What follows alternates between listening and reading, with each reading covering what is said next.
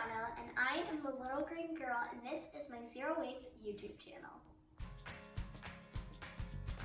Today's video is 10 easy ways to reduce your waste. Now, I'm really excited about this video because when I started, it was really hard, and I think if I had this video, I would have had a lot easier time. So yeah, I hope you enjoy this video and you learned something. Step 1 is to reduce your purchases. Now, a lot of people think that when you go zero waste, you have to get all this fancy stuff and be so fancy. Now, here's the thing. My first example is that if you forget your bamboo straw or your metal straw, does it really matter? Do you really need to drink out of straw? People for centuries had been not drinking out of a straw, so I think you can.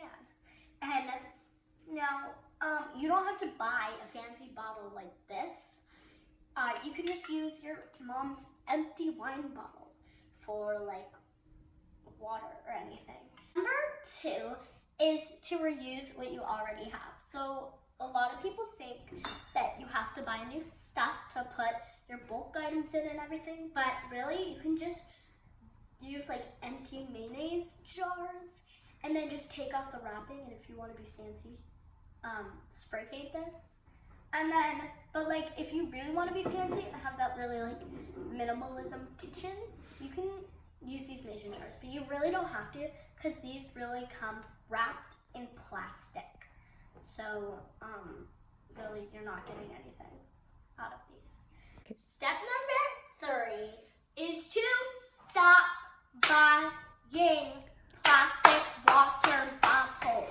They are so bad for the environment. By bringing your own metal water bottle or just any reusable water bottle, you can actually save as much as $250 per year, which is a lot of money. And these, we didn't even buy this. We actually got it for a Christmas present from UPS. And a UPS gift basket. So, yeah. Step number 4 is to bring your own coffee cups.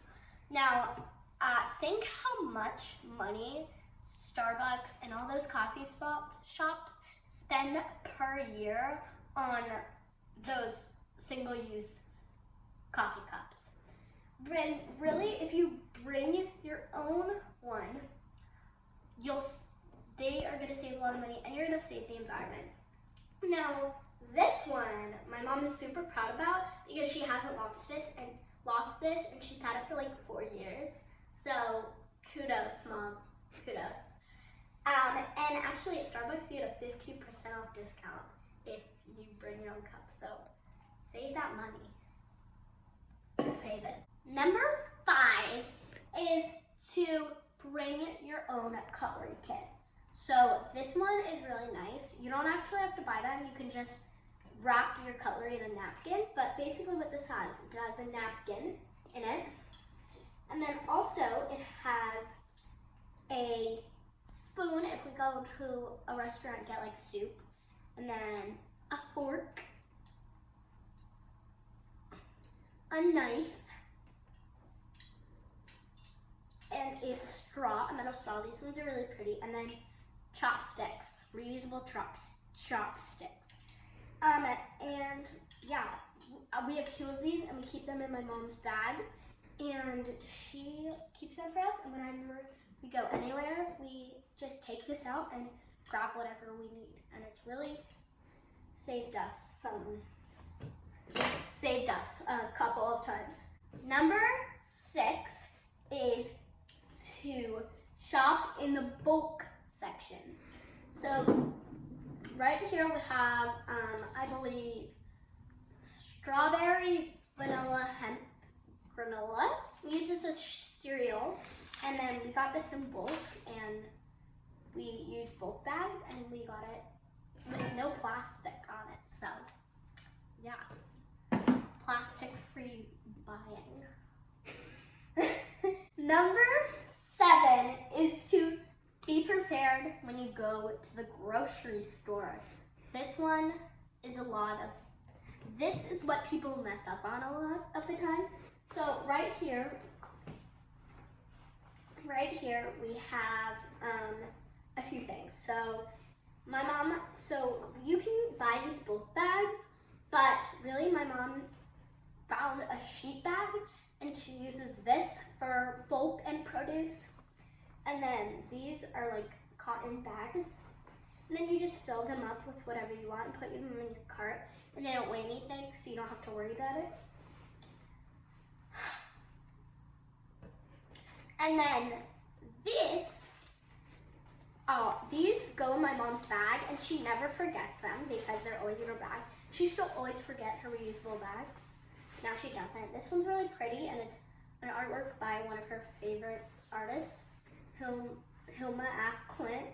She had an exhibit at the Guggenheim, and she loved this. She loves this one. I actually bought them for her, so thanks, Anna. Number 8 is to pack zero waste lunches. So yeah, I'm gonna start by showing you my lunchbox. This one I love. It is made of recycled plastic bottles. So the most zero waste lunchbox you can get. And then, so a lot of people think that you have to always have all this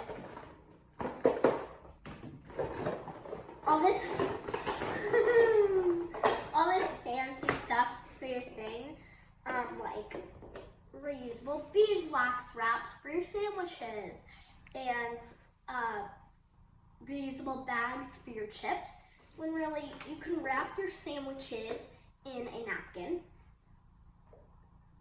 and you can put your chips in a container. You might look a little weird with your chips in a container, but then people ask and they're like, Anna, why are your chips in a container? And I'm like, well, I don't want them in a plastic bag because having them in a plastic bag is wasteful. And so if you have weird stuff, people are more likely gonna ask, which is better. Number 9 is to shop secondhand. Now, shopping secondhand is so important because when you buy secondhand, you are saving lots of money, so your parents will love that. Things at the thrift store are really, really cheap. And number 2 that you're doing is you're keeping a piece of clothing from the landfill. And number 3, what you're doing is you're actually buying clothing so that people don't have to make new of them, which means they're not made in a machine that needs power, which is using energy, which is releasing fossil fuels into our universe and creating climate change. So, and I just want to show you, you can get some cute stuff if you keep looking. This my mom got from the thrift store. It's this cute little like colorful jumper. Is it a jumper? Yeah, it's a jumper, and jumper, and it's super cute, and she wears it all the time. Now, finally, number 10 is to compost. Now, compost is the best way to reduce your food scraps, and it's the best way for your city to reduce their waste. So it's really good if you get your city doing start to compost. So I'm going to show you a few ways that you can actually compost at home. Now, the first way is if you don't want to spend a lot of money on composting, or if your parents don't let you compost, and that's you dig a hole in your backyard, basically, and then you put all your food scraps in there. You take a top, drill some holes in it, put it on top of the hole, and then you just keep putting your food scraps in it, and it will just disintegrate into the ground. The second way is to actually drop your compost off. There are so many different places in Pinellas County to drop your compost off, and I will link makesoil.org, and you can find your closest compost drop-off place. And then option number 3 is to actually buy a composter and then have it in your backyard. So you can just buy a regular composter, like a churning one we used to have in our old house. But now we live in an apartment, so we have a little like worm apartment, small little composter, and I'm gonna show you that. So this is our composter. It's on our terrace. It is a worm composter, and how it works is we put our compost in here, and then the worms actually eat it. But then what happens down below here? They are actually migrating up to the top, and then they poop, and then the poop goes down here. And we actually saw this morning. We opened it all the way up, and the worm poop is really good for your plants and everything. So the worm poop will soonly be in these plants. So I will link this composter down below because I really like it. So sadly, it's that time of the video. The end. Thank you so much for watching. I hope you liked this video and subscribe. I hope this taught you something about how to reduce your waste. Please keep watching because there will be some fun videos, and